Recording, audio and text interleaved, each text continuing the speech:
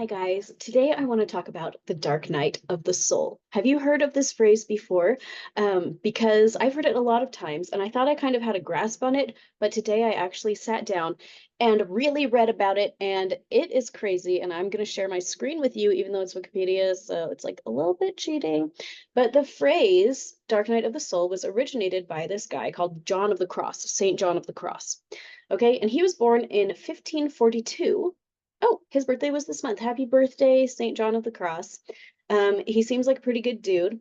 His favorite, or sorry, his most famous poetry is called the Noche Obscura, and it is considered the summit of mystical Spanish literature, as you can see here, among the greatest of works of all Spanish literature. So this is a picture of him. His life is crazy. So before I knew anything about St. John of the Cross, my understanding of the dark night of the soul is that it's those moments when you feel totally hopeless and you feel so empty. You feel like um, you don't even know what's going on with your life. Your life doesn't make sense. And what the only thing that makes sense is that everything is horrible. And you sit there and you feel like your soul is getting torn apart. And it's just the struggle bus, it's the struggle bus. And I feel like I've had a couple of those. Probably my biggest and worst one is the one that inspired me to write my book, Magnetic Femininity, 10 years after the fact. It was the time that I went to the temple and prayed about um, my marriage and felt like God was telling me I needed to be more feminine, which is exactly what I did not want to hear. And it led to many months of me crying on the floor full time, like it was my actual job. I felt like my soul was getting ripped up and it was very unfun. Now, since that eclipse on April the 8th, I have felt like a miniature dark night of the soul. It's definitely not as bad as my last one. And I wouldn't even say that one was my most recent one, the one from 2014. But um, in the past couple of months, I've just felt, I haven't wanted to post. I've really withdrawn a lot, and I still show up because I feel like I should do that. But I felt like my spark kind of like died, and I feel like it's rekindling now, so that's great news. And that's why I wanted to talk about Dark Nights of the Soul right now, because I feel like I'm still at the tail end of one, a mini tiny one, and getting to the other side. And now we've played this game a few times. Let's talk about it, because many of us are going through that, and the number is going to grow as people become more and more conscious, as the earth itself is raising in vibration to prepare for upcoming events. Um, as the earth is raising its frequency, everybody else is getting shaken up. And as we get shaken up, the junk in our souls is getting shaken loose and it feels like it's ripping us open. So let's go back to St. John of the Cross, because when I read his story, I was like, oh, like talk about the dark night of the soul. So he had a really interesting time because he really wanted to be a priest. He was ordained as a priest. He was a monk. And he met this lady, Teresa of Avila, and she wanted to restore the purity of the Carmelite order by reverting to the observance of its primitive rule of 1209, okay, which had been relaxed in 1432. So she is like this real purist, and she wants all of the order of those nuns um, and monks to be living this primitive order, which is going to involve a ton of fasting, total abstinence of meat, um, long periods of silence, coarser and shorter habits. So they're going to be colder. They're going to be more uncomfortable. They're not going to talk. They're not going to eat meat. Sometimes they're not going to eat at all. She's like, yes, this is what it means to worship God. Um, she asks St. John of the Cross to join her order. Um, there ends up being this big tension between the Carmelites under Teresa and all these other monks, and it culminates in, look at this, look at that, foundations, imprisonment, torture, and death. This is mind-boggling to me. Okay, 2nd December 1577, a group of Carmelites opposed to reform broke into John's dwelling in Avila and took him prisoner. Okay, so um man, I'm just like, oh my gosh, the monks are like fighting it out. But you can definitely see why the guys that don't want to be silent and wear even worse clothes and like be uncomfortable all the time and never eat meat, like you can see why they would not be happy about this. But like, oh my gosh, it literally is culminating in imprisonment. Okay.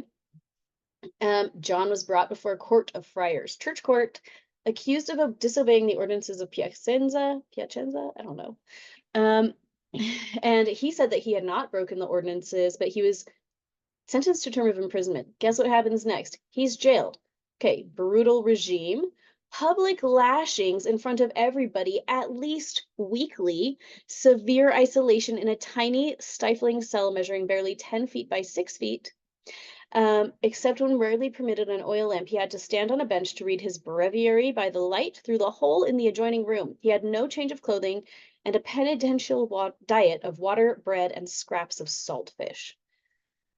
Oh my goodness. Okay. He wrote a famous poem at that time. The paper was passed to him by the friar who guarded his cell, which is very nice of him. And then he had to escape. He managed to pry the hinges of the cell door open earlier that day. He like runs away. Um, and then he continues with these reforms because he just feels like that is really the right way to do things. Um, and anyway, so blah blah blah, it goes on. He ends up dying. His funeral is insane. People actually it says in the crush of bodies trying to like touch him, they end up ripping up his entire habit, and all these people go home with all of his clothes. Like, I guess they just leave him naked there. Later on, people divide up his body among different monasteries to keep as relics. I don't know if you've ever been to Europe, but I used to live in Europe as a child, and we would go to all these cathedrals and see these relics, and I always loved it, and I still kind of love it. If I was going out there, I would go do it again. I would go to all the cathedrals and look at them again. I would just do it. But this is like the first time that I was like, oh my gosh, they literally like ripped him up to put him in all these places. It's crazy, guys. It's crazy. So talk about a dark night of the soul. Let's bring it back. Dark night of the soul, guys.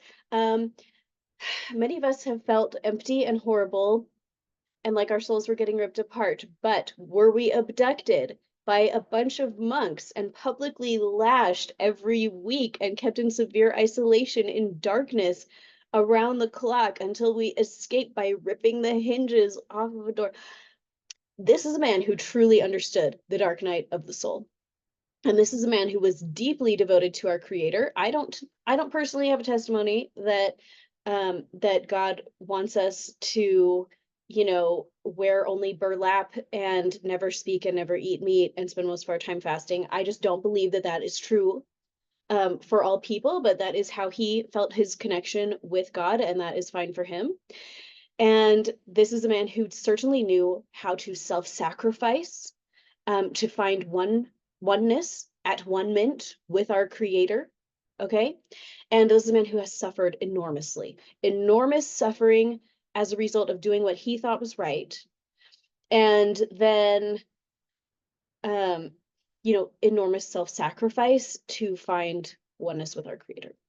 So how do we get through a dark night of the soul? I'm assuming that most of us have not experienced his level of dark night of the soul, although I do know some of you have told me your life stories, and I think you have, just to be clear. Just to be clear, and not to denigrate anybody's personal suffering, because many of us have suffered enormously. And guess what?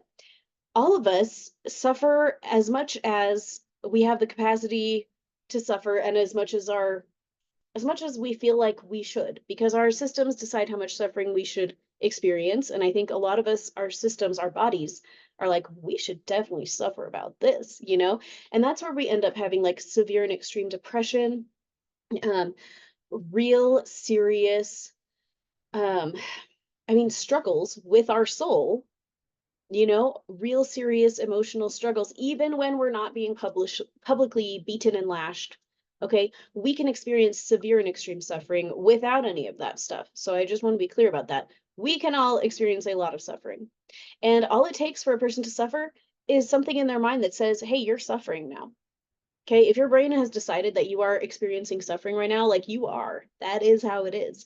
Our brains are very powerful, and they decide that, and then there we are. So, okay, when it comes to the cosmic clock that we live in, the heavens, right? We live in this clock that God set up, and we actually kind of have a little bit of a dark night of the soul clock. Okay, I would call it Pluto score Pluto. The different Pluto transits in our lives can lead to situations that feel like the dark night of the soul, that feel like we're empty, like we're being stretched thin, like everything's falling apart and it feels like a death. It feels like I just keep dying, but I'm not dead yet. What is happening? Okay. We're going through a little dark night of the soul for a minute. And so when Pluto's on a 244-year cycle, you're not going to live to see your Pluto return. But you will see Pluto go from here to here and make a right angle, okay, with your original Pluto. Most people in the modern age do experience that, and that Pluto runs on an irregular orbit, so it can happen basically any time from the time that you're like 36 until you're like 46, anytime in there. It's unique to you depending on the year that you were born in and the orbit of Pluto, you know. But if you're getting to your mid 40s and you're like, oh, I feel like I'm dying, it's because you're going through this Pluto square Pluto business. Um, and of course, at the age of 42, we have the half Uranus transit. So that's called your Uranus opposition, where the planet Uranus is on an 84-year cycle. And when it gets halfway across, it's going to activate your natal Uranus and bring up all sorts of unexpected cataclysms for your life. And I say for your life. Uranus brings to you yourself. It is a mirror for you. So if you're putting in a lot of great stuff, you can expect some good unexpected surprises. If there's unresolved stuff in your life that would reflect poorly on you, it will do that with that Uranus opposition. Okay, so now, but of course, everybody's got a different Pluto placement in their own natal chart. And I'm just going to pull up, oh no, these are all from recently. I was going to just pull up some of my recently selected charts. Here you see Pluto is here at 1 degree of Aquarius, but everything I've looked at recently is going to have that same arrangement because I've been looking at all earthquakes that just happened and other kinds of stuff. Let's see. I just want to show you a variety really quick of Plutos. Okay, this is, I don't remember if I did a video about this. When Social Security became a law, we had Pluto here at 26 degrees of Cancer. Okay, let's take another little look. This is America's third Pluto return with Pluto conjunct the ascendant at 27 degrees, and it's actually exact the ascendant, which was also at 27 degrees. Okay, so this is a great example, though. I just picked it randomly, but it's a great example. Wherever Pluto is in your chart, that's where you're going to have an easier time experiencing those dark nights, that death and rebirth, that big transition. Pluto, Scorpio, and the 8th house, which is oops, this little guy right here.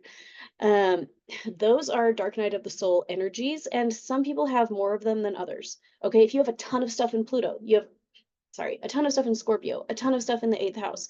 If you have something like Pluto exact your ascendant, you're getting invited to experience some big spiritual transitions. Okay, that is what the dark night of the soul is all about. The dark night of the soul is about cutting out, allowing the part of yourself that doesn't belong there anymore to die out and allowing a new part of yourself to step into that space, to grow. It's pruning. That's all it is. Pluto is all about pruning. It cuts off what is dead so that new growth can come. Okay.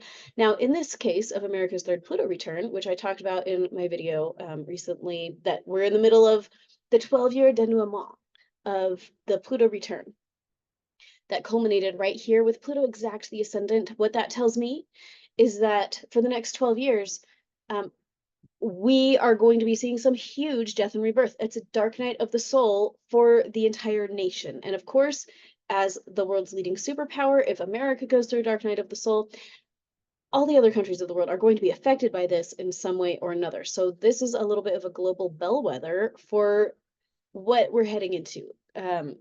The energies that we're heading into over the next 10 years from now, because of course this took place in 2022, 12-year unraveling, and we're 2 years into that, so we have 10 years to go, with some big Pluto energy. So the stuff that you have really close to Pluto, the stuff that you have going on in Scorpio, the stuff that you have going on in the 8th house is where you're going to be invited to really rethink your life and to prune out what is dead and allow new growth. Now, and then of course, every year on your birthday, you have what's called a solar return when the sun goes back to the exact spot in the sky where it was when you took your first breath. And at that moment, you get a new chart just for the year. So your year itself may have a different death and rebirth theme than your natal chart, and they work together and it all shows up. And I hope that makes any sense, but the point is that all of us experience dark nights of the soul from time to time. We feel that emptiness. We feel like, oh my gosh, something is getting pruned from me, whether I like it or not. Something that was part of me is getting cut off, and I have to generate a new growth. What am I doing? What am I doing? So, how do we make the most out of this? How do we get through it? Okay, how do we get through it? I looked up a bunch of like articles about this as I was thinking about making this video, and it's like kind of hilarious now. Get through a dark night of the soul. If you just like type that into into Google now, it has like its little AI is going to tell you how to get through the dark night of the soul, which I think is like hilarious. Um, but the AI says you need to accept, don't deny or minimize your feelings, but accept them and create space to explore what you need and want. Go inward. Focus on qualities like being strong through the darkness, okay? Um, and I'm kind of laughing, but actually that's like pretty good advice, actually, um, because we actually do need to accept it. Okay, so how are we going to get through it? If you're going through a dark night of the soul, how are you going to get through it? I do think that step one actually is accepting that things are different for you in this moment. As I've been going through the past couple of months, I've had to just sit there and say like, "Ugh, this is the worst," and but it is what it is. You know, I'm not going to fight it. I'm just going to sit in it and just let it do its thing. You know, plants don't fight you when you prune them. They sit still for you. Okay? And it's kind of the same thing. You know, we sit still for a minute and let our creator snip snip and cut off the things that don't belong there right now. Um, here the AI said go inward, but actually that is one, as I was like looking at all these things and like thinking about my own experience, one guy was like, you just need to withdraw, which the word withdrawal, you know, I think it has kind of weird connotations and it can seem kind of negative, but that is what I've actually done in my life through this weird time. And I think it is a healthy thing to do when you're kind of going through a total pruning of your insides. Your soul is getting snipped up and having the old trash removed. Does it make sense to go out and hang out with a lot of people? Does it make sense to like keep writing all your blog posts? Does it make sense to like keep doing the things that you're doing? No, it makes sense to hit the pause button and take a step back and say, okay, we've got to, you know, reconsider some stuff. You know, and if I may talk about myself for a minute, it's like really funny. I say funny because you have to laugh to keep from crying, but like I had all of this come up for me approximately like 24 hours after I spent an enormous amount of money on ordering a new website, ordering a new funnel. I like this like thousands of dollars and I'm like, "Oh my gosh." And like I did it. I was like, "Yeah, I did it." And like yeah, a day or two later, I just felt like, okay, I'm done. Like my spirit feels different now and I feel tired and I feel empty and I just feel like I just want to do nothing. And I just put all this money on the line on betting on myself that I'm gonna like come out of this on the other side. I mean, like at the time there was no other side. At the time I was like, oh yeah, I'll be great forever.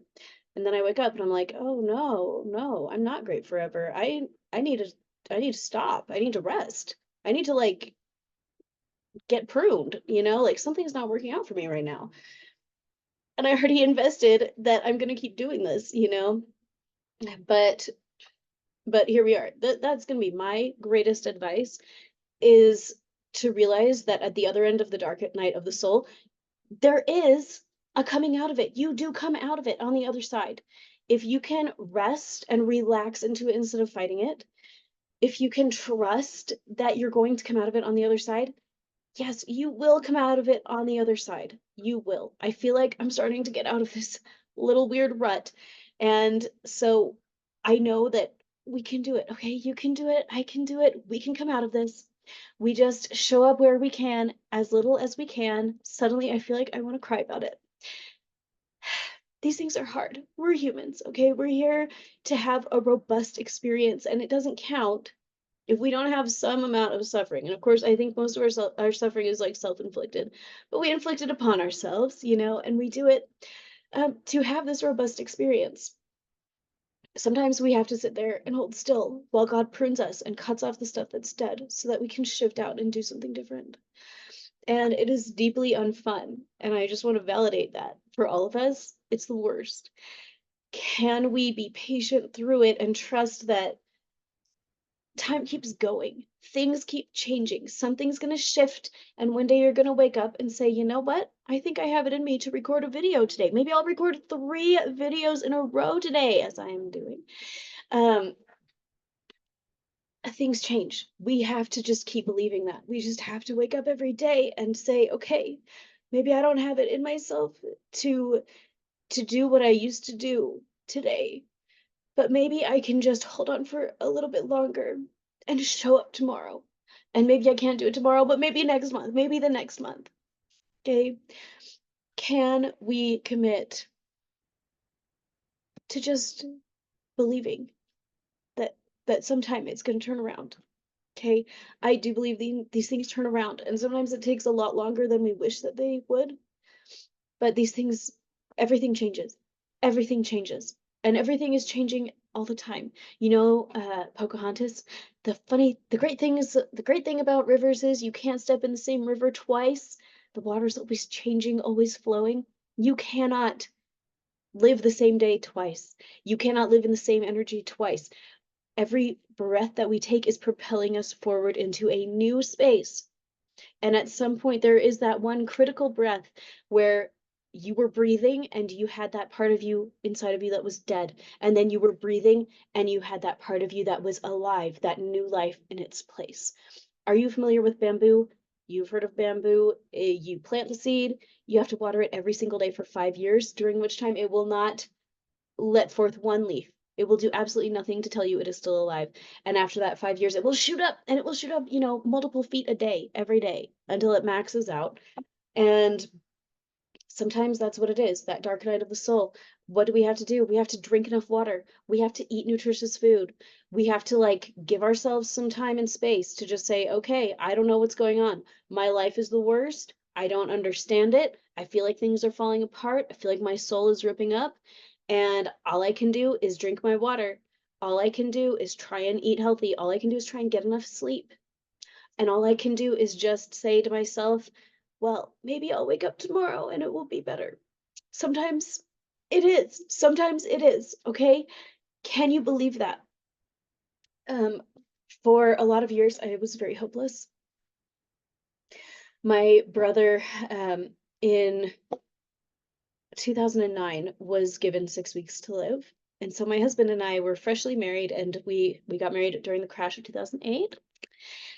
Excellent job market, yes. And so we had nowhere to live and we had no money and no jobs. And we said, okay, we'll just take care of my brother until he dies and find jobs. And what was supposed to take 6 weeks took 5 years. And during that time that he required around the clock care, diapers, tube feeding, he was nonverbal. He was in enormous pain and would scream around the clock from his pain.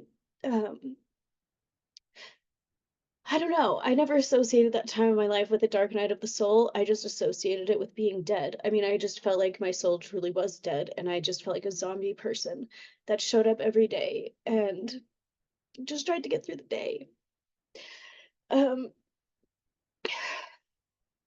and sometimes that's how we have to live our lives. I would do it again.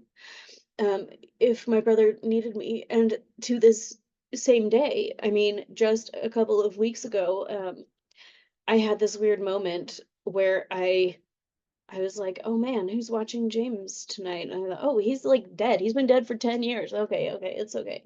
But sometimes that is what our life requires of us, is enormous self-sacrifice to the point where it feels like you're actually dead. And sometimes there are situations where it's not easy to just manifest a new solution. Okay. I do know that and I have lived that, but the situation did shift.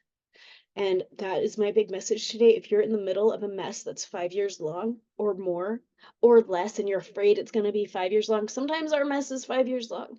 It's okay. Keep breathing. Drink a lot of water. Get your sleep if you can. Eat nutritious food, stop eating trash, throw the Doritos away, go eat an apple, okay? And and just trust that things change, everything changes, and you never know when something is just going to shift for you. Okay? What can shift for you? And I invite you to ask that empowering question to our creator today and ask God, what can shift for me today? What can shift for me in that giant timeline of my life? The part of me that feels like it's dying, it needs a spark of hope. It needs something to change. What can change for me? Lord, can something please change for me today? God wants to answer our prayers. When we ask, it sets new things in motion. A lot of times we ask for the wrong things. And so today I want to invite us to start asking about the right things, asking for different things. You know, it's okay to ask God what to ask for. If you feel like you're trapped in an impossible situation, there's no way out because somebody's actual life depends upon you, as it was in the case of me and my brother. Um, Ask what questions you need to ask. Ask how you need to think differently. Okay, somebody's knocking at my door, and so I'm gonna go. But I hope this was helpful. You can get through a dark night of the soul. I believe in you. We can do it. Okay, bye guys.